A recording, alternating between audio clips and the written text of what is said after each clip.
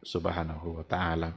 Ikhwati fillah, ma'asyiral hadirin wal hadirat, rahimani Allahu wa iyyakum. Kembali pada malam hari ini kita akan melanjutkan kajian akidah, kajian tauhid melalui sebuah buku Al-Muntaqa min Syuruhi Salasati Al-Usul.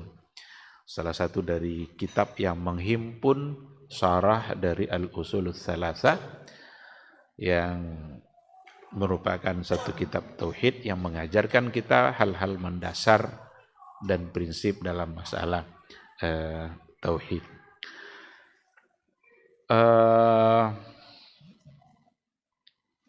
Qala al-muallif rahimahullah, i'lam rahimakallah annahu yajibu ala kulli muslimin wa muslimah ta'allumu hadhil masail ats-tsalas wal 'amalu bihinna. Berkata muallif, penulis buku, i'lam rahimakallah, ketahuilah wahai saudaraku, semoga Allah merahmati Anda. Beliau selalu mengikutkan ungkapannya dengan doa, rahimakallah, i'lam rahimakallah, ketahuilah semoga Allah senantiasa menyayangimu. Annahu yajibu ala kulli muslimin wa muslimah, bahwa sesungguhnya wajib bagi setiap muslim, baik laki-laki maupun perempuan. Apa yang wajib itu? Ta'allumu hadhil masailil tsalas wal 'amalu bihinna.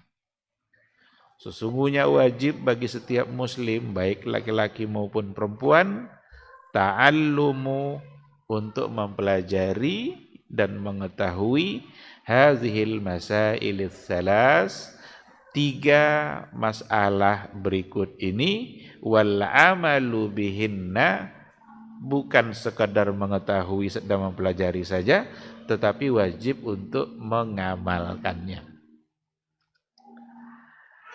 Apa yang tiga itu?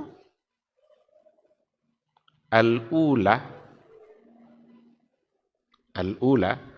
annallaha khalaqana wa razaqana wa lam yatrukna hamala, bal arsala ilaina rasula. Yang pertama adalah, yang harus kita ketahui itu, bahwa sesungguhnya Allah khalaqana, Dia yang telah menciptakan kita, wa razaqana, dan Dia pula yang telah memberikan kita rizki, walam yatrukna hamala, dan Allah tidak membiarkan kita bingung dalam mengisi kehidupan. Bal arsala ilaina rasula, akan tetapi Allah mengutus kepada kita seorang rasul. Jadi ada tiga masalah, ada tiga hal yang wajib diketahui oleh seorang muslim, baik laki-laki maupun perempuan, dan tidak sekedar mengetahui, harus pengetahuan itu diaplikasikan dalam kehidupan keseharian kita.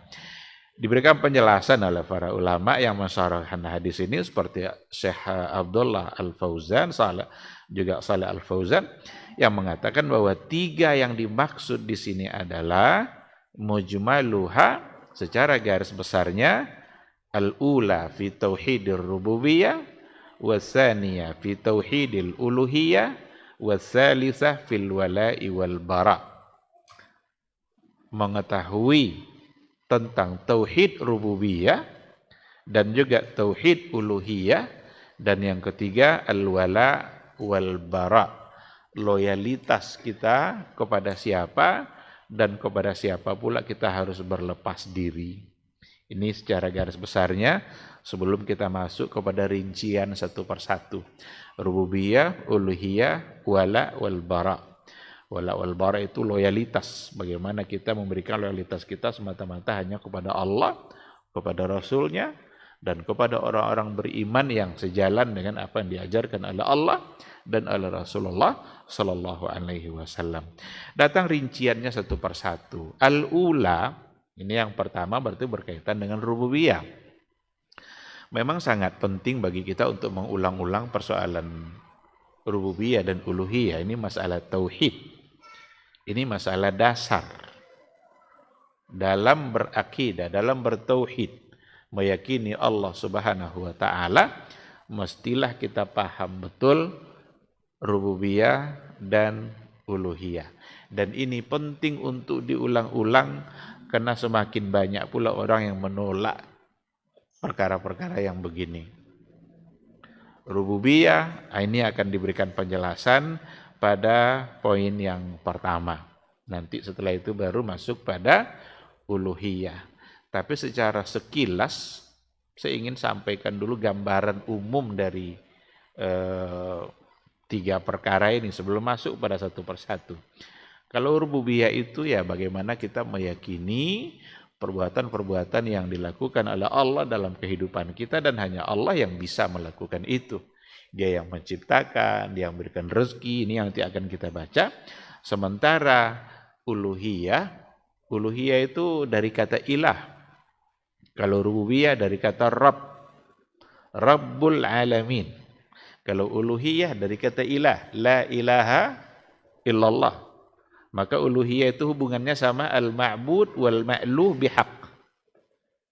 Bahwa sesungguhnya kita hanya pantas boleh untuk menyembah yang paling pantas, yang hanya boleh kita sembah itu hanyalah Allah.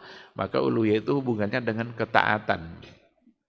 Dan ketaatan itu hanya untuk Allah. Ketaatan kita kepada Allah akan dinodai nanti oleh kesyirikan. Kalau sudah mulai melakukan perbuatan-perbuatan syirik, berarti itu semua akan menodai persoalan uluhiyah. Kalau kita tidak lagi meminta semata-mata, meminta keselamatan tidak lagi dari Allah. Kalau kita tidak lagi berdoa kepada Allah saja, ini berarti sudah mulai rusak uluhiyahnya karena di situ ada unsur kesyirikan dan banyak hal-hal yang sebenarnya masuk ke dalam perkara-perkara syirik tetapi mungkin karena tidak tahu atau karena ada syubhat sehingga perbuatan yang sebenarnya syirik itu tetap dilakukan oleh sebahagian dan itu sangat disayangkan. Kayak beberapa hari atau beberapa minggu yang lalu yang viral itu di Kabupaten Kampar. Sesembahan kepala kerbau yang dibuang dan dipersembahkan entah kemana diletakkan kepala kerbau itu. Dan itu dijadikan sebagai sebuah ritual. Ramai-ramai. Mungkin juga diawali pula dulu oleh zikir-zikir dan tahlil-tahlilnya.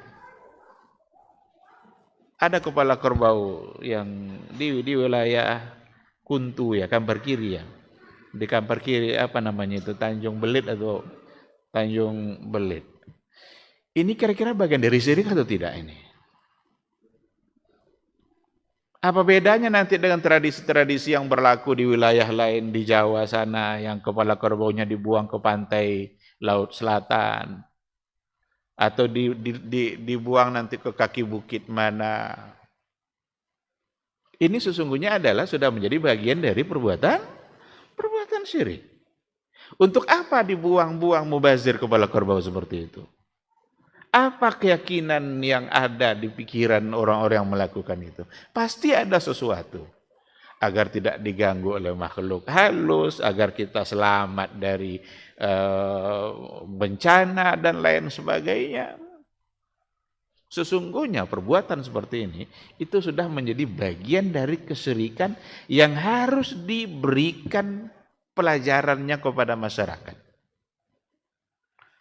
Cuma sayangnya kadang-kadang ada pula di antara tokoh masyarakat yang mungkin tidak meyakini itu sebagai kesyirikan. Bahkan saya dapat informasi juga ada katanya sebagian dari anggota majelis ulama yang mengatakan kalau niatnya baik itu tidak menjadi syirik. Kapan syirik akan berubah menjadi baik hanya karena niat? Jika dikatakan mereka tidak tahu, lalu tidak mengapa, mungkin karena ketidaktahuannya.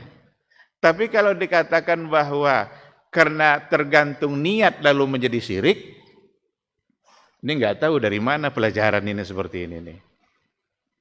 Apakah orang-orang yang dulu menyembah patung itu niatnya tidak baik? Bukankah baik semua niatnya? Tapi kenapa dikatakan sebagai sebuah syirik? Jadi kalau jarang kita belajar mana uluhiyah, mana rububiyah, akan mudah sekali kita terjebak kepada kesyirikan-kesyirikan. Banyak hal-hal yang bermasalah pada uluhiyah. Banyak masalah-masalah yang terjadi dalam satu perbuatan yang ternyata itu bertentangan dengan konsep tauhid uluhiyah.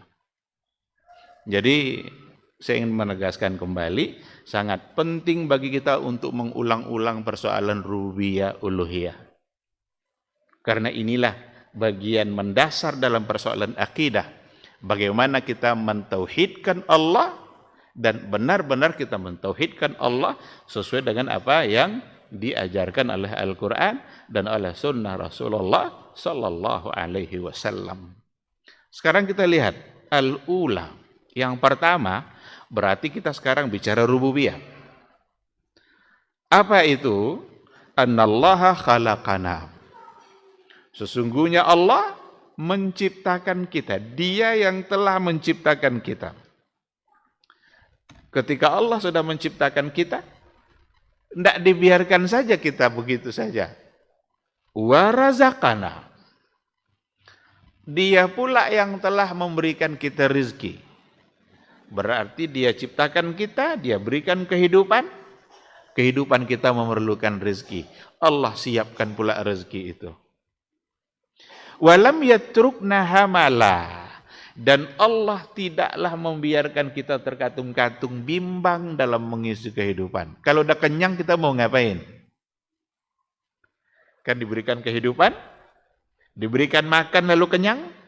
Setelah itu apa? Bagaimana kita mengisi kehidupan ini? Allah tidak biarkan kita bingung, tidak biarkan kita terkatung-katung. Bal arsala ilaina rasulah. Tetapi Allah utus kepada kita seorang rasul. Faman ata'ahu dakhalal jannah. Siapa yang mentaati rasul itu, maka masuk surga. Wa man asahu dakhalan nar. Dan siapa yang mendurhakainya, maka dia masuk neraka. Ini yang pertama. Fokusnya ada pada rububiyah. Kita sudah sering ulang-ulang bahwa rububiyah itu keyakinan kita bahwa hanya Allah yang mampu melakukan satu perbuatan dalam kehidupan kita. Dan salah satu bentuk dari perbuatan Allah yang wajib kita yakini itu adalah khalaqana. Dia yang telah menciptakan kita. Dan tidak ada yang bisa menciptakan sesuatu selain daripada Allah Subhanahu wa ta'ala. Selain Allah tidak bisa mencipta. Manusia tidak bisa menciptakan apapun. Karena mencipta itu arti yang sesungguhnya adalah menjadikan sesuatu minal adami ilal wujud. Itu yang cipta. Menjadikan sesuatu dari tidak ada lalu menjadi ada. Hanya Allah yang bisa. Tidak pernah ada bumi sebelumnya, Allah ciptakan bumi. Tidak pernah ada laut sebelumnya, Allah ciptakan laut.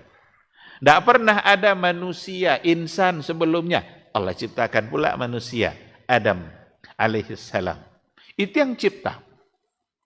Tapi manusia tidak ada satupun yang bisa mencipta dalam artian menjadikan sesuatu dari tidak ada lalu menjadi ada. Tidak ada satupun manusia. Hanya Allah. Sifat khalaqa itu kan fi'il, kata kerja itu sifat Allah. Dia sebagai pencipta itu. Dan namanya adalah Khalik. Itu sifat yang memang tidak mungkin ada pada makhluk. Tapi kalau sifat-sifat Allah yang lain mungkin ada pada makhluk. Contoh, Allah punya sifat penyayang. Makhluk penyayang. Cuma tidak sama. Allah hidup. Makhluk hidup juga.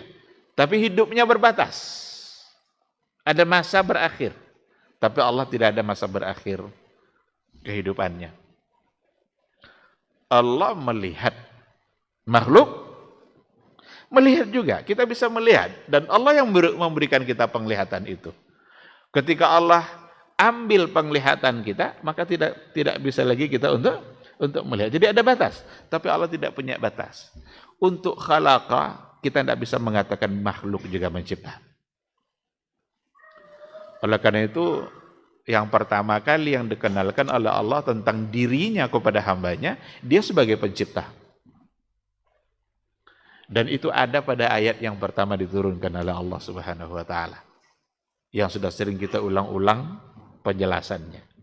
Ayat yang pertama yang diturunkan oleh Allah itu bicara tentang Allah sebagai Khaliq. Maka itu ayat akidah. Ayat yang pertama itu Iqra 5 ayat pertama itu ayatul aqidah. Ayat iman, ayat tauhid. Karena dari awal ayat itu Allah ingin memberitahu bahwa saya Khaliq, kalian makhluk. Maka bunyinya Iqra bismi rabbikal ladzi khalaq. Khalaqal insana min 'alaq. Bacalah dengan menyebut nama Rabbmu, nama Tuhanmu yang khalaqa, yang telah mencipta. Siapa yang diciptakannya? Khalaqal insana min 'alaq. Yang telah menciptakan al-insan min 'alaq. Berarti Allah sebagai Khaliq, insan sebagai makhluk. Ini ayat yang pertama. Dan ini persoalan rububiyah. Rububiyah Allah yang wajib kita yakini bahwa Dia yang menciptakan kita. Kita ini makhluk, kita ini diciptakan. Dan keyakinan bahwa kita makhluk, Dia Khalik, sesungguhnya harus memunculkan semangat untuk mentaati. Oleh karena itu rububiyah itu mengharuskan kita untuk percaya pada uluhiyah. Nanti pada poin yang kedua. Karena kalau kita sudah percaya pada rububiyah, memang tidak wajar lagi kalau kita tak percaya sama uluhiyah. Sudah yakin kita Dia yang menciptakan kita. Dia yang memberikan kita rezeki. Dia yang mengutus seorang rasul. Lalu buat apa lagi kita tidak percaya pada uluhiyahnya? Oleh karena itu, konsekuensi dari rububiyah pasti nanti pada uluhiyah. Nah, keyakinan seperti itu. Beberapa hal, banyak hal sebenarnya. Tapi yang sering disebut-sebut itu yang ini nih. Khalaqa, razaqa. Dia yang mencipta, Dia yang memberikan rezeki. Dan itu pertanda Allah itu benar-benar hakim dalam melakukan semua pekerjaannya. Ketika Allah menciptakan, Dia tidak biarkan tercipta begitu saja, tapi Allah siapkan kebutuhan-kebutuhannya. Allah siapkan rezekinya. Dan kebutuhan kita itu ada pada dua hal. Kebutuhan fisik dan kebutuhan jiwa, kebutuhan batin. Kebutuhan fisik kita, Allah siapkan rezeki-rezeki. Kebutuhan ruh dan jiwa kita, Allah utus seorang rasul. Kita kalau seandainya lihat fakta dalam kehidupan, makhluk Allah jumlahnya sangat banyak. Kita saja tidak akan pernah sampai pengetahuan kita kepada jumlah makhluk Allah. Tidak akan pernah sampai. Yang sudah terlihat oleh mata kita saja, sudah nggak bisa kita hitung. Belum lagi yang tidak terlihat. Ada di antara makhluk Allah yang sekecil-kecilnya. Tidak bisa nampak ada kalau tidak pakai mikroskop. Udah pakai alat mikroskop tuh baru nampak dia. Itu makhluk Allah enggak tuh? Ada enggak rezekinya? Ada. Ada pula nanti di antara makhluk Allah yang sebesar-besarnya, tidak kuat mata kita untuk memandangnya. Makhluk Allah tidak. Iya. Kalau begitu berarti ada rezekinya. Karena Allah yang menciptakan dan Allah juga siapkan rezekinya. Ini persoalan rububiyah. Untuk meyakini itu terlalu banyak ayat-ayat dalam Al-Quran. Maka dikatakan bahwa dalil untuk mengatakan perkara di atas, dalil yang menunjukkan annallaha khalaqana sam'iyyun wa aqli.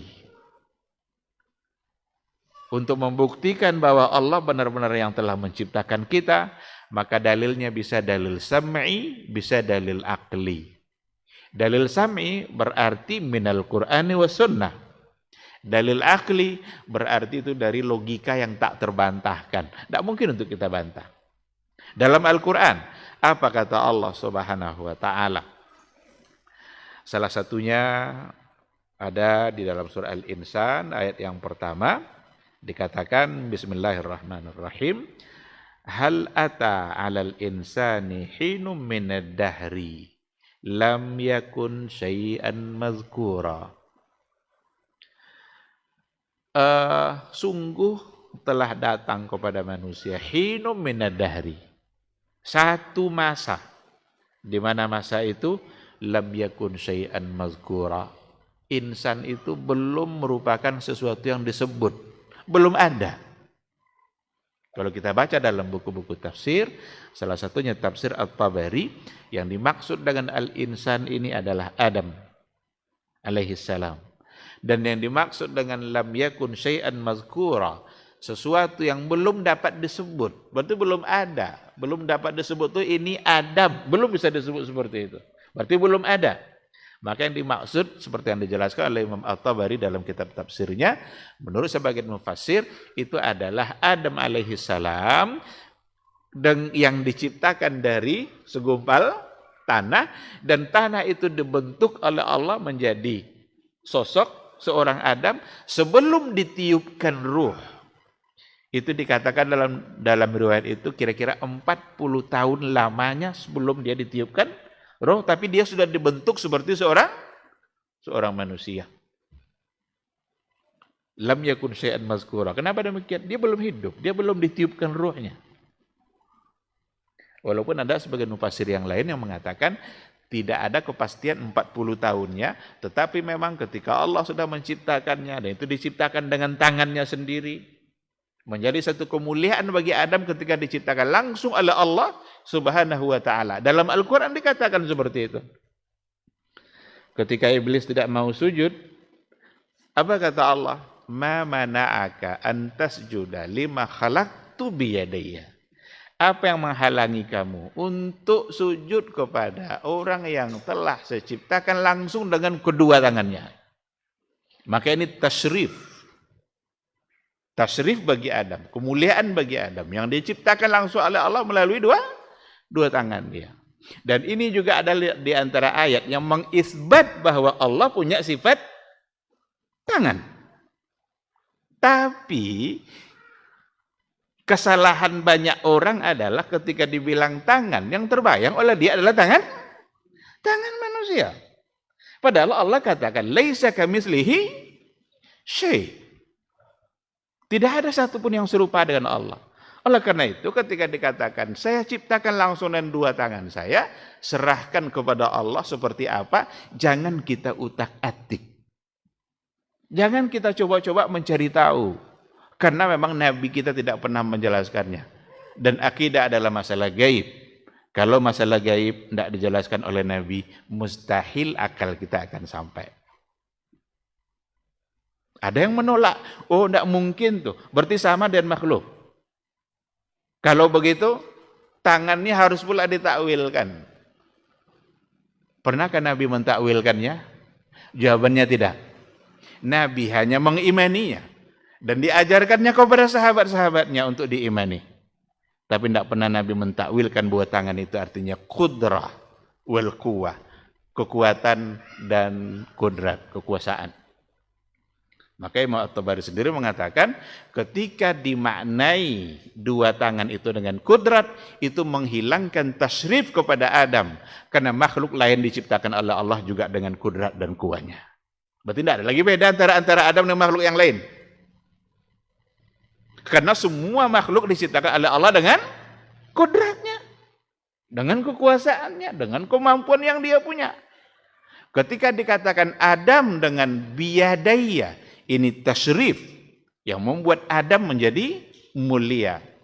Bahkan pantas iblis diminta sujud karena Adam jauh lebih mulia daripada iblis. Tapi kalau sudah diutak-atik, oh ini ndak nih, oh ini jasad, ini jisim nih. Jasad jisim itu istilah untuk makhluk. Tapi untuk Allah sesuaikan dengan apa yang ada dalam Al-Qur'an. Apa yang dikatakan oleh Allah dalam Al-Quran, itu yang wajib untuk kita yakini. Dan ketika kita mengimaninya, jangan sekali-kali menyamakan tangan Allah dengan tangan makhluk, karena Allah sendiri yang mengatakan laisa kamitslihi syai'un wa huwas samiul basir. Kalau kita robah-robah maknanya, berarti memandai-mandai nomor. Meyakini sesuatu yang tidak diyakini oleh Rasulullah Sallallahu Alaihi Wasallam, maka jangan sama sekali menyamakan dan menyerupakan. Nah, maka dalam ayat ini lam yakun syai'an mazkura, belum jadi, belum dapat disebut. Dan ini adalah Adam 40 tahun dalam satu riwayat yang disampaikan oleh Imam At-Tabari. Maka ini yang dimaksud oleh ayat. Sehingga khalaqa itu benar-benar menciptakan sesuatu dari tidak ada lalu menjadi ada. Dan setelah itu baru Allah tiupkan ruh, maka jadilah dia seorang Adam yang merupakan abul bashar untuk kemudian berkembang dan sampailah kita yang merupakan Bani Adam. Maka dalam Al-Quran banyak ya Bani Adam. Siapa ya Bani Adam? Ya semua orang termasuk kita. Karena semua kita adalah berasal dari Adam alaihissalam. Ini satu di antara ayat Al-Quran. Lalu bunyilah lancang. Kita dengar dulu suara azan. InsyaAllah nanti kita sambung insyaAllah sejenak.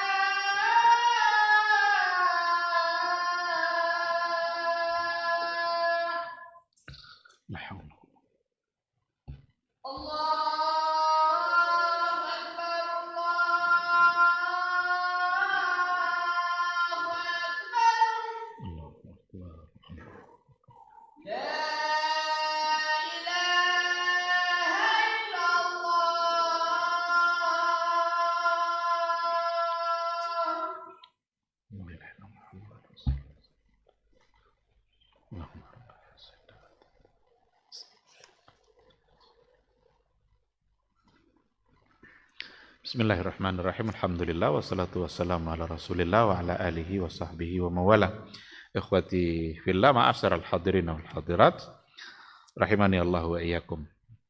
Kita kembali kepada materi kita, rububiyah. Yang pertama di sini disebutkan bahwa annallaha khalaqana. Sesungguhnya Allah dia yang telah menciptakan kita. Dan dalilnya bisa dari Al-Quran, dan itu sangat banyak sekali. Dan ada dalil akli, dalil dari logika yang tak terbantahkan, yang tak mungkin untuk ditolak. Dari Al-Quran itu tadi, salah satu dari ayat. Ketika Allah sudah ciptakan Adam sebelum ditiupkan ruh, dan Allah ciptakan dengan sebaik-baik bentuk. Laqad khalaqnal insana fi ahsani taqwim. Sungguh telah kami ciptakan manusia fi ahsani taqwim, dalam takwim yang ahsan, dalam bentuk yang paling sempurna. Bentuk yang paling sempurna itu dimaknai dengan dua hal. Ada bentuk sempurna secara fisik, tapi ada nilai yang paling sempurna yang diberikan kepada manusia yang tidak ada pada makhluk lain, yaitu adalah akhlak dan etika. Adab dan etika. Maka takwim itu qawwama yuqawwimu, takwiman. Jadi bisa dimaknai dengan dua. Sering diartikan dengan ahsan takwim, bentuk yang paling baik. Tapi tidak hanya bentuk saja. Iman itu qimah yang paling baik. Itu nilai yang paling tinggi. Adab dan etika. Dengan iman yang kita kepada Allah, sehingga kita menjaga akhlak kita. Enggak boleh mencuri, enggak boleh memakan hak orang lain. Itu enggak ada pada hewan. Hewan bebas saja dia untuk memakan apa yang dia mau. Enggak boleh memakan makanan yang haram, makanan yang tidak baik. Jadi ada yang memaknai seperti itu. Jadi dua ayat ini untuk menggambarkan bahwa memang yang menciptakan kita adalah Allah Subhanahu wa ta'ala. Dikatakan wa ma khalaqatul jinna wal insa illa liya'budun. Tidaklah kami ciptakan jin dan manusia illa liya'budun, kecuali hanya untuk menyembah, beribadah kepada Allah saja. Kecuali untuk menyembah saya saja. Berarti enggak ada yang disembah selain daripada Allah Subhanahu wa ta'ala. Karena Allah itu sendiri bermakna al-ma'luh wal ma'bud bihaq. Yang disembah, yang diibadahi secara hak, dan itu hanyalah Allah Subhanahu wa ta'ala. Ini beberapa ayat yang saya kira tentu ayatnya sangat banyak sekali. Dari dalil logika di antaranya fa innal insana lam yakhluq nafsahu. Sesungguhnya manusia itu tidaklah dia menciptakan dirinya sendiri. Li'annahu qabla wujudihi adamun. Karena sesungguhnya manusia itu, Adam itu, sebelum adanya, itu adalah adamun. Itu tidak ada sama sekali. Wal adamu laisa bisyai. Dan yang tidak ada itu, berarti tidak ada satupun. Tidak ada sesuatu apapun. Karena dia memang tidak ada. Nah, ketika manusia itu tidak menciptakan dirinya sendiri, lalu siapa yang menciptakan? Suami istri yang menikah, apakah dia yang menciptakan anak? Tidak. Mereka hanya al-akhzu bil asbab. Mereka hanya ikhtiar untuk melakukan sesuatu yang dihalalkan melalui sebuah akad yang sah, maka halallah. Dan dengan asbab itu mungkin bisa mendatangkan anak. Tapi apakah orang tua menciptakan anaknya sendiri? Tidak. Karena mereka melakukan sesuatu bukan dari tidak ada. Kalau Allah tidak berikan dia kemampuan untuk melakukan asbab, tidak akan terjadi asbab itu. Kalaupun Allah memberikan kemampuan melakukan asbab, belum pasti dia mendapatkan anak itu. Apakah semua suami istri yang menikah lalu dapat anak? Tidak. Ada yang dapat, ada yang tidak. Ada yang sedikit, ada yang banyak. Ada yang mau dapat, tidak dapat. Ada yang belum mau, dapat. Siapa yang mengaturnya semua? Berarti mereka tidak menentukan. Yang menentukan adalah Allah. Nah, oleh karena itu, dikarenakan jika memang manusia tidak menciptakan dirinya sendiri, berarti ada yang menciptakan. Lalu siapa yang menciptakan? Itulah Allah Subhanahu wa ta'ala, karena tidak ada satupun makhluk yang mampu untuk mencipta. Ini dalil logika. Dulu waktu kita belajar tauhid, kecil-kecil waktu di pondok, itu ada sebuah buku kecil yang dicontohkan begini. Umpamanya meja. Kenapa meja ini bisa ada? Karena ada yang mengadakannya. Karena ada yang membuatnya. Mungkinkah meja ini ada tanpa ada yang membuat? Jawabannya tidak. Meskipun tukang meja tidak sedang menciptakan meja. Karena dia tidak menjadikan sesuatu dari tidak ada menjadi ada. Tukang meja buat meja kan karena ada papan. Papannya dipotong-potong. Nanti disambung-sambung ada paku. Yang menciptakan papan siapa? Apakah orang-orang yang bekerja buat papan itu dia yang menciptakan papan? Tidak, karena dia mengambil dari pohon. Yang menciptakan pohon siapa? Apakah petani yang menanam pohon dia menciptakan pohon? Tidak juga, karena dia menanam bibit. Yang menciptakan bibit siapa? Sampai akhirnya pada ujungnya berawal dari Allah. Maka dalam artian ini tidak ada satupun manusia yang mencipta. Meja bukan diciptakan. Tapi setidaknya itu memberikan gambaran bahwa meja ini tidak akan mungkin ada kalau tidak ada yang membuatnya. Manusia yang ada, apakah mungkin manusia ada tanpa ada yang mencipta? Tidak. Ini logika, dalil logika yang tidak mungkin untuk dibantah tentang yang menciptakan Allah Subhanahu wa ta'ala. Bahwa kita diciptakan oleh Allah Subhanahu wa ta'ala. Nah, oleh karena itu, ada dulu pernah kita sampaikan ada satu dialog antara Imam Ahmad dengan seorang ateis. Orang ateis itu orang yang tak percaya kalau dia diciptakan oleh Allah. Dia mengira bumi ini terjadi dengan begitunya, dengan sendirinya, hukum alam. Untuk menyebut hukum alam itu sebenarnya harus dipahami juga baik-baik. Jangan sampai menyimpang. Karena tidak ada yang terjadi dalam kehidupan kita sebagai hukum alam, itu semua atas kehendak dan ketentuan Allah Subhanahu wa Ta'ala. Imam Ahmad dengan seorang ateis, ada yang bilang Abu Hanifah, ada yang bilang Imam Ahmad. Tapi yang penting kita kisahnya dan pelajaran yang ada di balik itu. Ingin diadakan dialog antara dia dengan ateis. Orang ateis tidak percaya sama adanya Allah yang mencipta, sementara Imam Ahmad ingin memastikan bahwa yang mencipta Anda adalah Allah. Ada yang mencipta. Disepakatilah satu waktu untuk berdebat. Berkumpullah banyak orang pada tempat yang sudah ditentukan, tetapi Imam Ahmad tidak datang. Bukan tidak datang, mengundur kedatangannya. Orang dah kumpul dari pagi sampai siang, belum juga datang. Sampai sore, belum juga datang. Sudah mau berakhir hari, barulah tiba-tiba muncul beliau. Dan sebelum perdebatan itu dimulai, beliau minta maaf. Dia sampaikan begini, saya mohon maaf, datang terlambat, bukan karena kehendak saya, tapi karena saya tinggal di balik sungai itu, dan saya tidak bisa datang kecuali ketika ada sampan yang membawa saya menyeberang. Saya tunggu-tunggu tak datang-datang.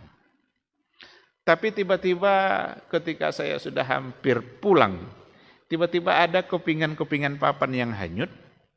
Lalu papan yang hanyut kepingan tadi membentuk dengan sendirinya sebagai satu sampan. Setelah sampan itu jadi dengan sendirinya, masuk saya ke dalam, dia antar pula saya sampai ke seberang. Apa kata ateis? Gila kamu, wahai Ahmad. Masa papan bisa tiba-tiba menjadi sampah? Apa kata Imam Ahmad? Selesai diskusi kita. Apakah alam yang sebegini besar tidak ada yang menciptakan? Kalau sampan yang sebegitu kecil saja kamu tidak percaya terjadinya kalau tidak ada yang membuat. Apakah alam yang sebegini besar mungkin ada tanpa yang mengadakan? Terdiam dia dan tidak jadi diskusi. Selesai sudah, bubar. Oleh karena itu, secara logika tidak bisa dibantah. Sesuatu yang ada, pasti ada yang menciptakan, dan manusia ada karena ada yang menciptakan. Siapa itu? Allah. Ini poin pertama dari rububiyah. Dan dikatakan di sini walam yu'lam anna ahadan minal khalqi ankara rububiyatallah illa ala wajhil mukabarah. Tidaklah diketahui ada seseorang yang mengingkari rububiyah Allah di muka bumi ini. Tidak ada orang mengingkari rububiyah. Percaya orang semuanya Allah sebagai pencipta. Illa ala wajhil mukabara, kecuali dalam bentuk penentangan, kama hasala min Fir'aun, seperti yang terjadi pada Fir'aun. Tidak percaya dia kalau ada Tuhan, ada Allah yang menciptakan dia. Fir'aun, Namrud, itu mukabara, itu karena keangkuhan dan kesombongannya.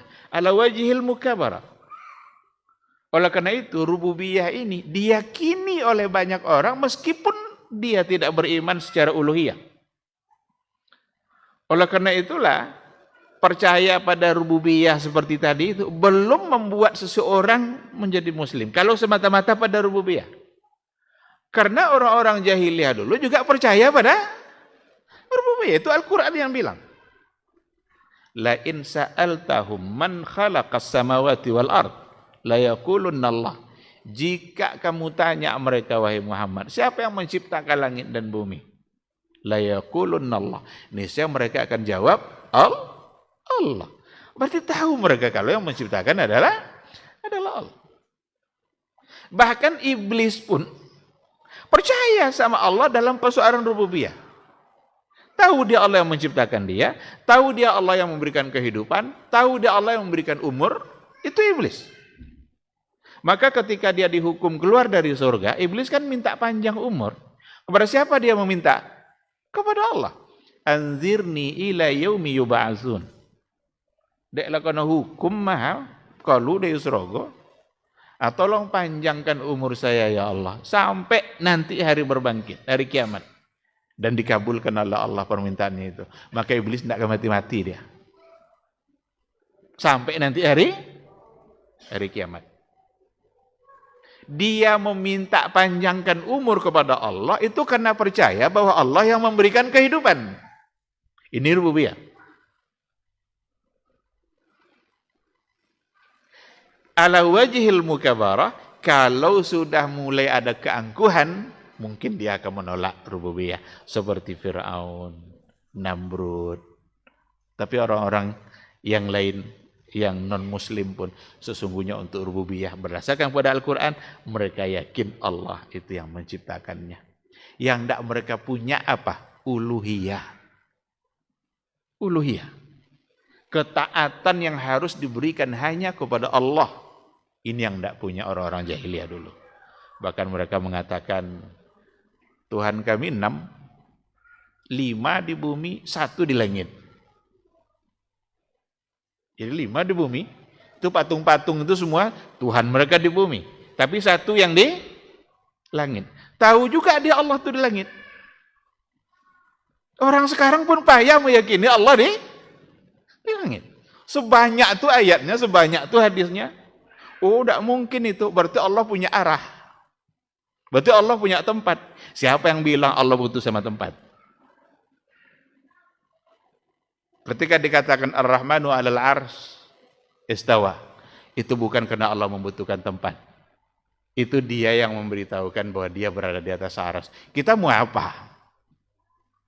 Mau kita bantah? Rasul kita yang mulia tidak membantahnya. Rasul kita yang mulia mengimaninya. Dan diajaknya sahabat-sahabatnya untuk mengimani. Tidak pernah ada fikrah takwil untuk istawa menjadi istaula yang datang dari Nabi. Karena memaknai istawa jadi istaula itu datang dari seorang Mu'tazilah, Al-Qadhi Abdul Jabbar, tokoh Mu'tazilah yang kemudian diikutkan oleh tokoh-tokoh Asy'ariyah setelahnya. Dari Nabi, dari sahabat, carilah satu saja dalilnya yang memaknai istawa menjadi istaula. Kenapa mereka maknai itu? Pakai akal. Logika mereka yang main. Apa katanya? Oh, kalau di hatinya sama saja nunjuk-nunjuk lampu itu. Berarti sama dengan makhluk. Tapi kalau itu tidak ada lurus. Itu hanya semata-mata datang dari logika orang-orang yang sudah memainkan pemikirannya di dalam mengenali Allah, tidak lagi semata-mata berpegang kepada Al-Quran dan hadis Nabi. Orang jahiliyah saja yakin dia Robnya ada 6, Tuhannya ada 6, 5 di bumi, 1 di langit. Yang 1 di langit ini yang mereka maksud adalah Allah. Tapi mereka hanya percaya dia sebagai Khalik, tidak memberikan ketaatan mutlak hanya kepada Allah, karena mereka masih saja memberikan ketaatannya kepada Tuhan-Tuhannya yang ada di bumi itu. Dan itulah bagian dari kesyirikan yang Nabi datang untuk merubah itu. Agar mereka murni hanya mentaati Rabb yang satu saja, Allah yang satu yang ada di langit. Tinggalkan Rabb yang ada di bumi ini. Nah, oleh karena itu, pada persoalan rububiyah, inilah beberapa hal yang ini baru poin pertama ya, khalaqana, kita belum masuk pada razaqana.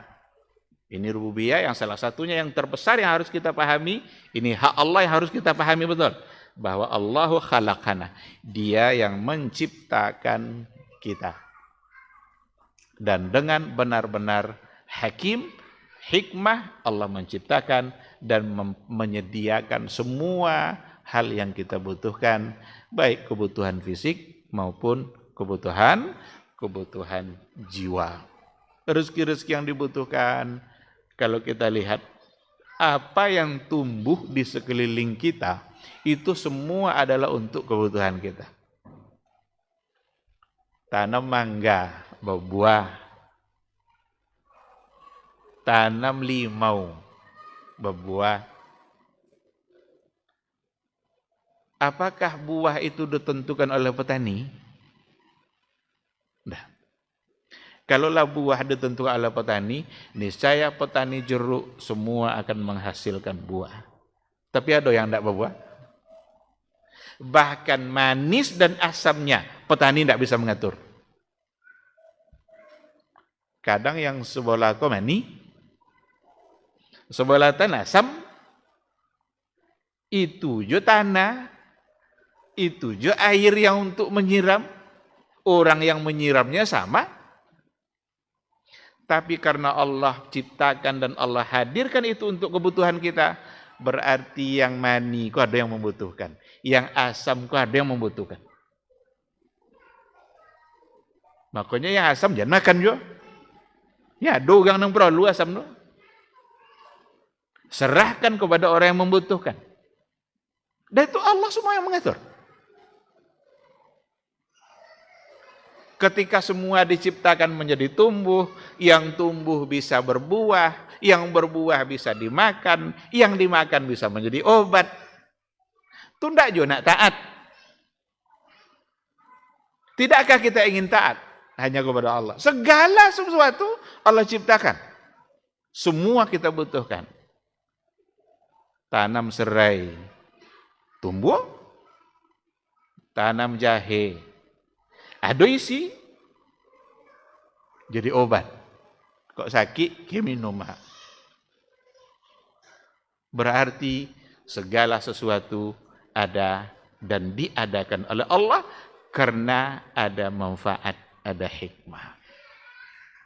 Tidak ada sesuatu yang diciptakan oleh Allah yang di situ tidak bermanfaat dan tidak berguna. Awak aja yang ulun tentu guna oleh mungkin. Ya kadang ada juga kadang meragu-ragu yang persoalan itu. Macam-macam mulai cara untuk meragukan. Oh kalau betul aja apa guna diciptakan babi Ustaz? Kalau tidak boleh dimakan. Apakah kegunaan sesuatu hanya untuk makan saja? Tidak. Jadi kalau ada orang mulai meragukan, kenapa babi kok diciptakan oleh Allah sementara tidak boleh dimakan? Setidaknya kita sudah mendapatkan pelajaran dari orang seperti itu. Bahwa dia tidak percaya kepada sesuatu yang dibuat oleh Allah pasti ada manfaat. Berarti jangan bersikap seperti itu yang tadi. Untuk apa dibuat oleh Allah Ta'ala iblis? Buat payah aja jadi kan? Ketika diciptakan ternyata dia hanya akan menggoda umat manusia. Tidak ada kompetisi akhirnya kalau seandainya tidak diciptakan iblis. Itu ujian bagi keimanan. Dulu ada di Maroko. Tadi sini pernah saya sampaikan atau di tempat lain. Ada seorang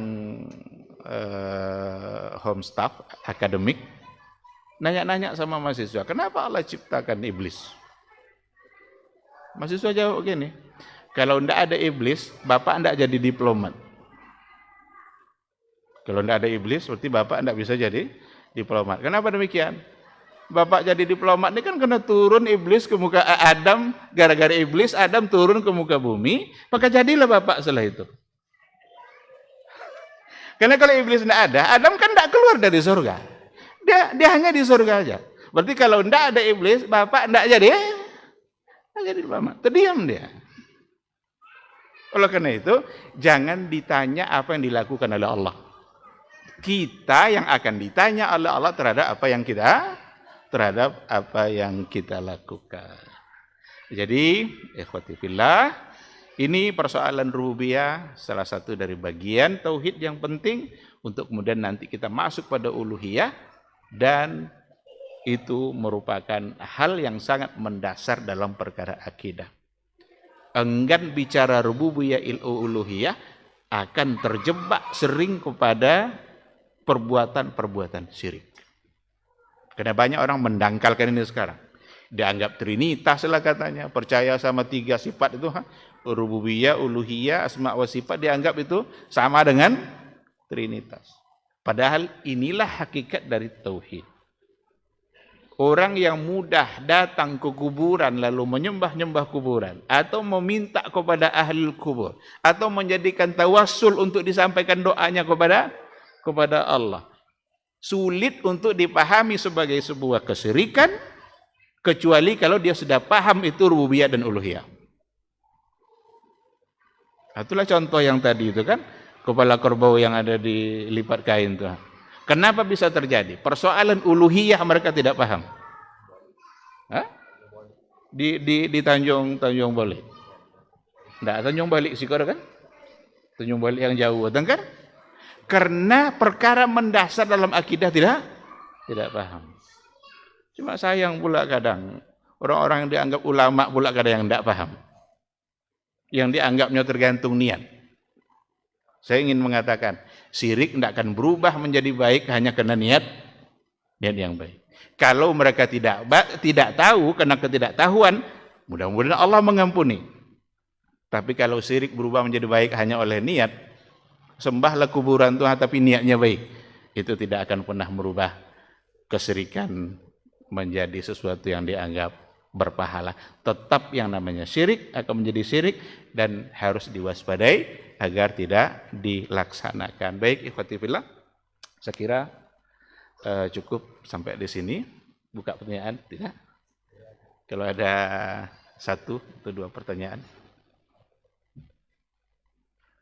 Nyalalah mau bunyi lancang juga. Baik, kalau tidak ada berarti kita cukupkan sampai di sini. Nanti kita insyaallah akan masih berada pada rububiyah, tetapi pada poin berikutnya razaqana walam yatrukna hamalah. Ini kelanjutan dari khalaqa, seperti yang kita katakan, Allah tidak hanya mencipta lalu berhenti sampai di situ. Allah berikan semua yang kita butuhkan, baik kebutuhan fisik maupun kebutuhan jiwa. Terima kasih. Mudah-mudahan majelis ini menjadi wasilah bagi kita untuk memperkokoh iman dan keyakinan kepada Allah dan untuk menjauhkan kita dari perbuatan-perbuatan syirik. Amin amin ya rabbal alamin. Subhanakallahumma bihamdika asyhadu an la ilaha illa anta astaghfiruka wa atubu ilaik. Wassalamualaikum warahmatullahi wabarakatuh.